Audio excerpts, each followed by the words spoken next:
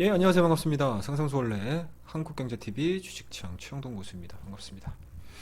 자, 오늘 10월 28일입니다. 28일 장 마감 방송이고요.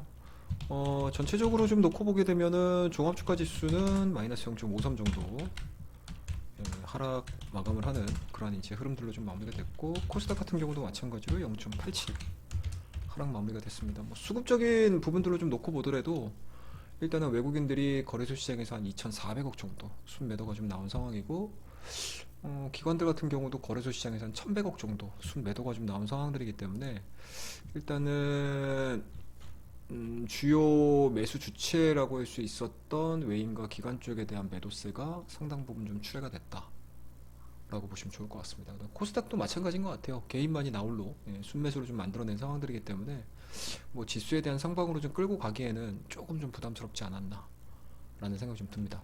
일단은 국내 지수 같은 경우 왜 이러한 흐름들로 좀 마무리가 된 거에 대해서 좀 고민을 좀 하셔야 될 것 같은데, 일단은 첫 번째로는 주요 경제 지표 뭐 발표를 앞둔 상황인 것 같습니다.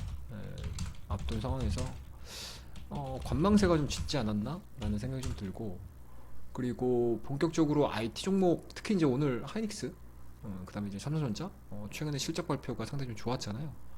그런 부분들이 좀 발생이 되면서 일단은 가격적인 메리트가 있는 종목군들로 좀 수급이 유입이 됐다.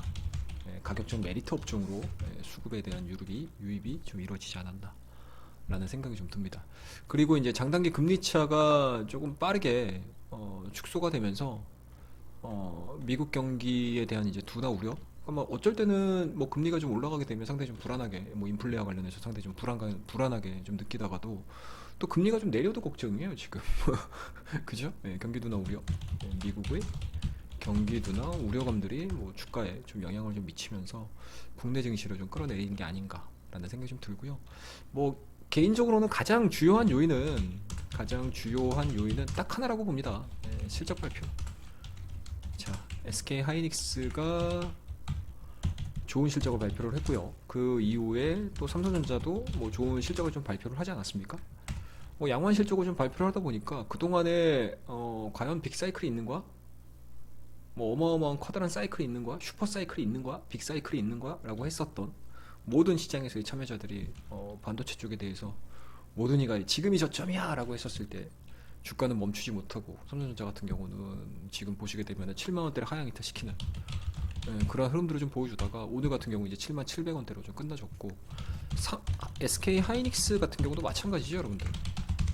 10만 원대를 이탈을 시켰다가 이제 뭐 9만 원대까지 갔었잖아요. 이거 뭐 8만 원 깨는 거 아니야? 뭐 8만 원대 진입하는 거 아니야라고 우려감들이 좀 있었던 시점서부터 V자 반등이 빠르게 나오면서 오늘 사실은 뭐 시장을 좀 이끌었다고 해도, 그리고 방어를 해줬다라고 해도 과언이 아닌 삼성 SK 하이닉스 같은 경우 또다시 한번 9월 달에 급락하기 이전의 가격대까지 또다시 한번 좀 올라가는 그런 흐름들을 좀 보여줬기 때문에 일단은 반도체 업황에 대한 성장 둔화 우려감들, 그러니까 성장 둔화 뭐 우려감들이 좀 감소가 된 거죠. 감소가 됐고 좀 둔화가 됐다. 다소 좀 진정이 됐다. 뭐 이런 이제 해석들이 좀 되지 않을까라는 생각이 좀 들고요. 근데 왜 이렇게 또 한편으로 이런 생각들을 하실 수가 있잖아. 왜 SK 하이닉스, 삼성전자 다 올라가게 되면 뭐 그 하부에 걸려 있는 뭐 경기 민감주들이라든지 뭐 소재 관련된 종목군들이 이제 움직이잖아요. 근데 최근의 시장, 그러니까 이거는 어디까지나 제가 생각하고 있는 시험관입니다. 최근의 시장의 주가 흐름이라든지 매매를 하는, 그러니까 매매 흐름들을 좀 보시게 되면 돈이 없어요. 지금 시장에서 돈이 없습니다. 결론은 이거 딱 하나입니다. 돈이 없어요. 돈이 없으니까, 돈이 없게 되면 어떻게 돼요? 기존의 유동성이 막 공급이 돼가지고 시장이 좋아, 또는 업종이 좋아, 그리고 뭐 지수를 좀 끌어올릴 수 있는 힘이 있어 라고 하게 되면 돈이 있는 상황에서는 어떤 업종이든 다 들어가거든요. 돈이, 그러니까 분산이 되면서 다 끌어올려, 그러니까 평균이 올라가는 거죠. 근데 지금은 돈이 시장에 유입이 안 된다, 그러니까 유입이 멈췄다, 뭐 안 된다라는 게 아니고 유입이 멈춰버렸어요. 유입이 멈춰버리는 상황들이기 때문에 시장에서 트레이딩은 해야 되고 매매는 해야 되고 내가 오늘 당일 수익은 내야 되는 그런 상황들이 딱 닥쳐버리니까 어떻게 돼요? 펀더멘탈로 보는 거예요. 펀더멘탈 좀 높게 시작돼, 좀 높아, 앞만 봐도 이거는 좀 높게 보여. 그러니까 쉽게 얘기해서 이거 과대평가가 된 거죠. 그러니까 과매정에 들어간 거죠. 그리고 과매수, 과대평가, 고평가, 뭐 이런 식으로 이제 된 거죠. 예, 이런 이제 종목군들은 어떻게 돼요? 뭐 조그마한 이유를 달아가지고 매도가 나옵니다. 그리고 이 매도했던 자금들이 어디로 가요? 가격적 메리트가 있는 종목들 또는 어떻게 돼요? 이슈가 있는 종목들, 이슈가 있는 종목군으로 계속 유입이 되는 거예요.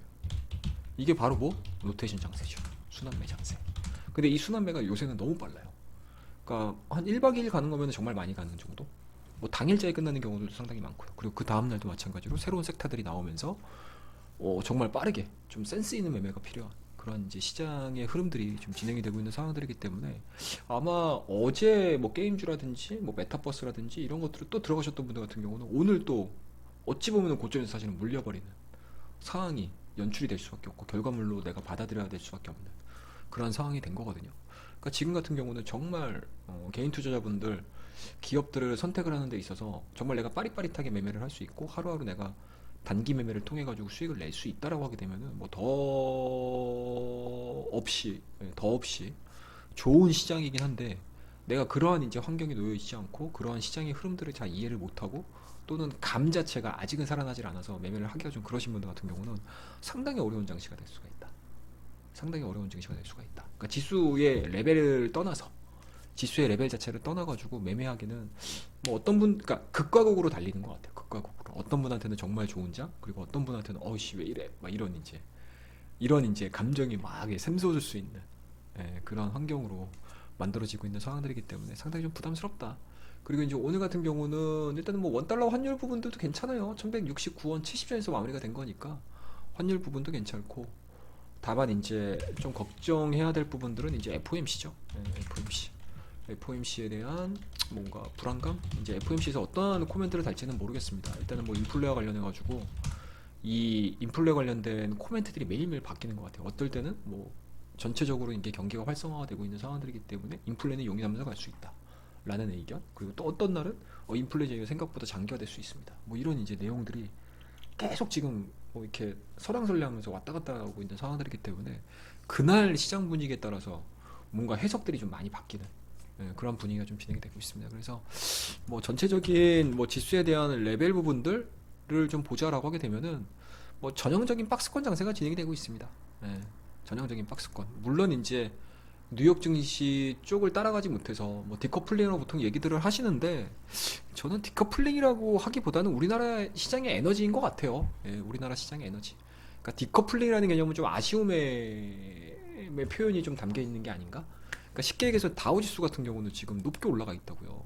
어제 이제 드디어 좀 빠진 거예요. 신고가를 갱신을 하고 나서 이제 빠진 거기 때문에 이거는 사실은 뭐 어떻게 보면은 기술적으로 부담감을 느낄 수 있거든요. 가격적으로. 나스닥도 마찬가지죠. 올라갔다가 지금 5일선 버티면서 계속 음봉을 만들어내주고 있는 상황들이어서 얘네들은 밀려도 돼요. 왜? 어떻게 돼요? 14,200에서 지금 15,200까지 올라왔어요. 이러다 보니까 여기서 나오는 음봉들 같은 경우는 이해를 할 수가 있다고. 근데 국내 증시 같은 경우는 어떻습니까? 종합주가지수 그냥 단순한 레벨들만 보자고요. 단순한 레벨들만 보자고요. 지금 9월달에 고가가 지금 15,400입니다. 나스닥이. 자, 우리나라 코스닥 시장 어때요, 여러분들? 9월달에 고가가 어딥니까, 여러분들? 여기에요. 1050입니다. 1050. 이 구간에서 1100 가냐, 1200 가냐, 막 이런 얘기 하고 있었다고.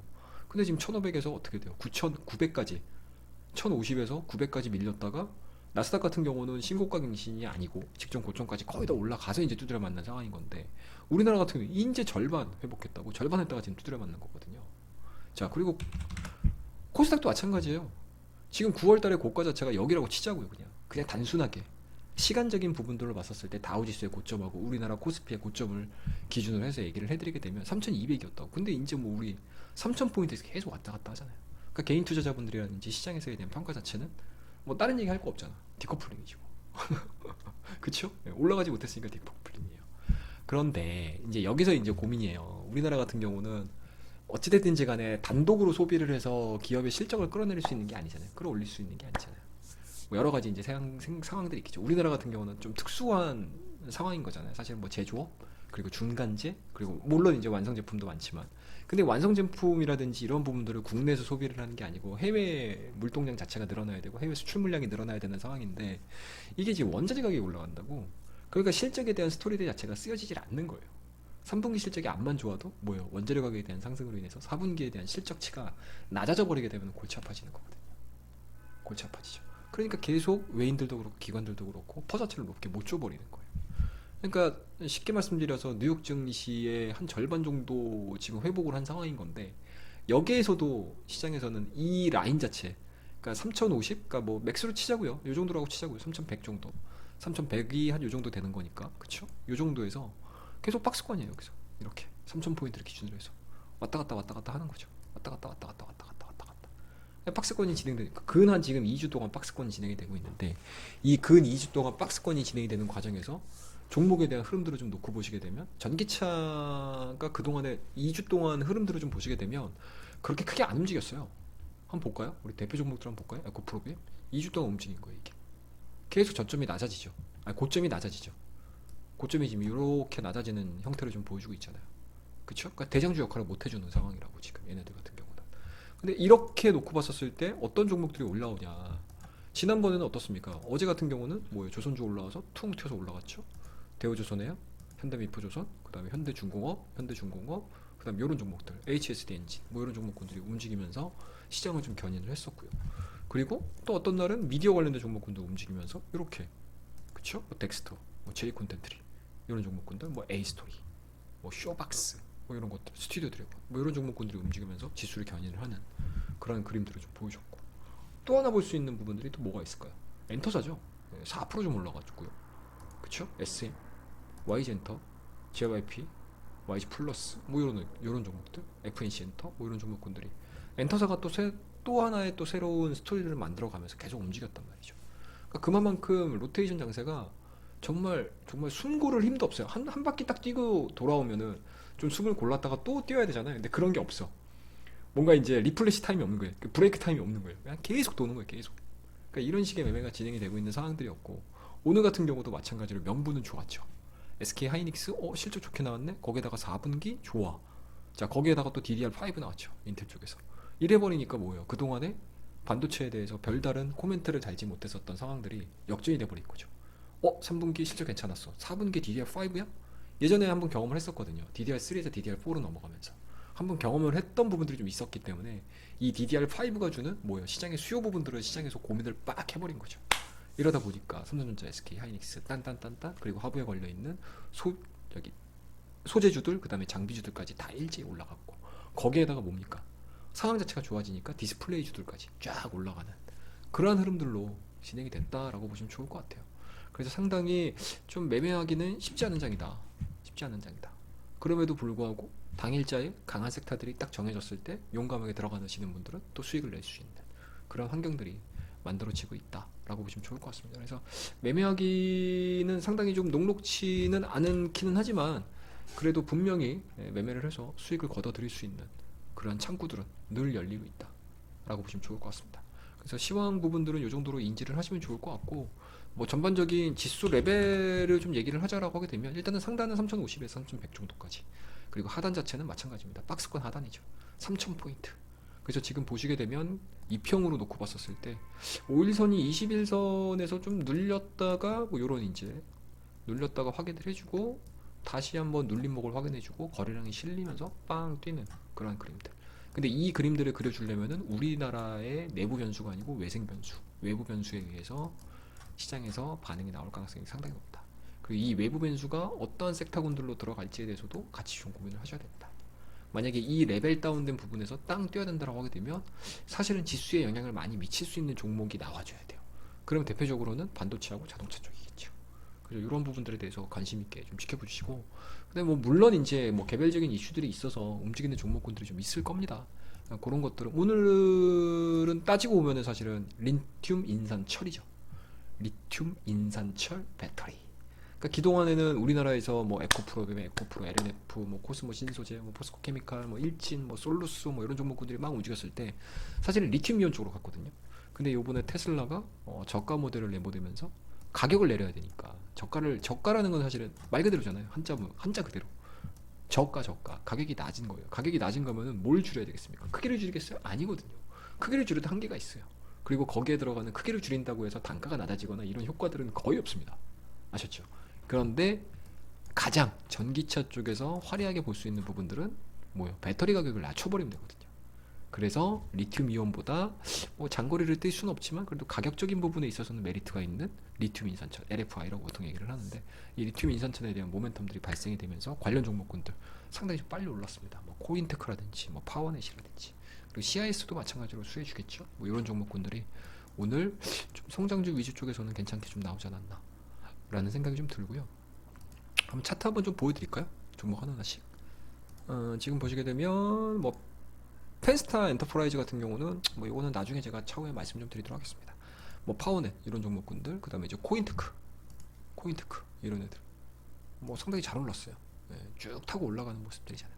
직전 고점 돌파시키고 어떻게 돼요? 고가 놀이 보여줬다가 5일선 터치 되자마자 오늘서부터 급등하기 시작하면서 25.9% 장중에는 상한가까지 들어가는 이런 이제 상승 흐름들을 좀 보여주고 있는 상황들이기 때문에, 이렇게 이제 막 출발을 하는 이런 종목군들에 대해서 관심을 좀 가지시는 게 맞지 않나 라는 생각이 좀 듭니다. 그래서 리튬 인산 철거 관련된 테마주들에 대한 장중 변동성은 좀 예의주시해서 좀 보셔야 되겠다 라고 말씀 좀 드릴 수가 있을 것 같고, 그 다음에 반도체 종목군들은 지금 조금 스토리들이 좀 달라질 수 있을 것 같아요. 이거 같은 경우는, 그러니까 어제 뭐 메타버스라든지 게임주라든지 뭐 미디어 쪽 같은 경우도 사실은 뭐 당일에 대한 변동성들을 놓고 보게 되면은 뭐 양음 뭐 이런 식으로 나오긴 했지만 전체적인 추이 자체는 상당히 괜찮았었거든요. 그런 부분들로 놓고 보게 되면 반도체 관련된 종목군들도 뭐 유니테스트라든지 이런 종목도 괜찮죠. 그리고 테크윙 이런 애들 바닥권에서 이제 거래량 실리면서 첫 양봉 띄운 애들, 이런 애들은 뭐 추가적으로 뭐 이렇게 매매를 해볼 수 있는 그런 머니가 IPS라든지 그리고 LX 세미콘이라든지 이런 종목들, 이런 종목군도 같은 경우 위주로 해서 매매를 좀 하시게 되면 좀 재미있는 좀 매매가 좀 되지 않을까라는 생각을 좀 가지고 있습니다. 그리고 오랜만에 디스플레이, LG 디스플레이가 지금 7% 가깝게 61선까지 지금 돌파를 하는 흐름들을 좀 보여줬는데, 내일 만약에 이 61선을 강하게 돌파를 시킨다라고 하게 되면 아마 오늘 수급도 외인하고 기관 쪽에 대한 매수세도 상당히 괜찮았었거든요. 특히 기관 애들이 한 220만 주 정도 매수가 들어온 거니까. 그리고 외인들 같은 경우 30만 주 매수 들어와서 내일 만약에 추가적으로 상승을 한다라고 하게 되면 아마 후발로 들어오는 그러니까 수급량도 꽤 될 거예요. 그래서 이런 부분도 좀 체크를 해서 매매를 한번 해보자 라고 말씀드리도록 하겠습니다. 그래서 오늘 제가 이제 관리를 하고 있는 회원님들 그리고 이제 리딩을 하는 동안에 저희 같은 경우는 일단은 최근에 매수를 해가지고 수익을 냈던 종목군들을 적정 수준의 그 가격 범위를 정했어요. 그래서 이 가격대를 이탈을 하게 되면 지지선이죠. 이 지지선 자체를 이탈을 하게 되면 다 전체다가 다 이제 수익 실현 시켜버리는 그런 전략들을 했는데, 그래서 오늘 같은 경우 저희도 뭐 요거죠. 뭐 두산중공업 같은 경우 수익 실현 시켜놨고요. 5일선 이탈해서 수익 실현 시켰습니다. 근데 여기에 대한 지지가 또 확인이 돼준다라고 하게 되면은 좀 더 들어갈 생각도 좀 있습니다. 그 다음에 뭐 두산중공업 매도를 했고, 그 다음에 이제 뭐 종가 베팅도 하나 하긴 했어요. 종가 베팅도 하나 하긴 했고, 그 다음에 어제 이제 오버날 시켜가지고 대응을 했었던 뭐 메타버스 관련주들도 오전장에는 상당히 좀 괜찮았었잖아요. 그래서 그런 종목군들 또 수익 일부 뭐 소액이긴 하지만 뭐 단타 매매죠. 단타 매매 1박 2일 코스 좀 큰 급등을 원해서 좀 들어갔던 부분들인데, 그게 시장에서 그렇게 크게 반응을 하지 않아서 이거 좀 분위기가 좀 싸하다, 뭐 싸하다는 표현이 맞는지는 모르겠습니다. 분위기가 요상한데 라고 생각을 해서 일단은 뭐 이제 단타 개념으로, 그러니까 수익률로 따졌을 때 단타 개념으로 잘 마무리를 하고 나왔습니다. 그리고 오늘 IT 종목들도 들어갔고요. 반도체 좀 들어갔고, 그 다음에 종가 베팅 관련해서 한 종목 정도 또 우리 VIP 회원님들과 또 들어갔는데, 뭐 어떤 결과들이 좀 나올지는 또 내일 장마감 방송을 하면서 또 얘기를 좀 해드리도록 하겠습니다. 그래서 오늘 뭐 시황 정리는 상당히 좀 제가 말씀드리고자 하는 부분에 좀 속내를 좀 이해를 하시고, 그리고 시장의 전반적인 분위기 자체를 좀 이해를 하시는데 좀 중점을 둬서 말씀을 좀 드렸으니까 오늘 이야기도 마찬가지로 좀 참고가 되었으면 좋겠다라는 거 말씀 좀 드리고요. 오늘 컨텐츠는 여기까지 마무리하도록 하겠습니다. 그러면 다음 시간에 또 뵐 수 있었으면 좋겠습니다. 자, 항상 말씀드리죠, 여러분들 구독과 좋아요, 알람 설정까지 꼭 좀 부탁드리도록 하겠습니다. 자, 오늘의 컨텐츠, 오늘의 장마감 방송은 이 정도에서 마무리 짓도록 하겠습니다. 감사합니다.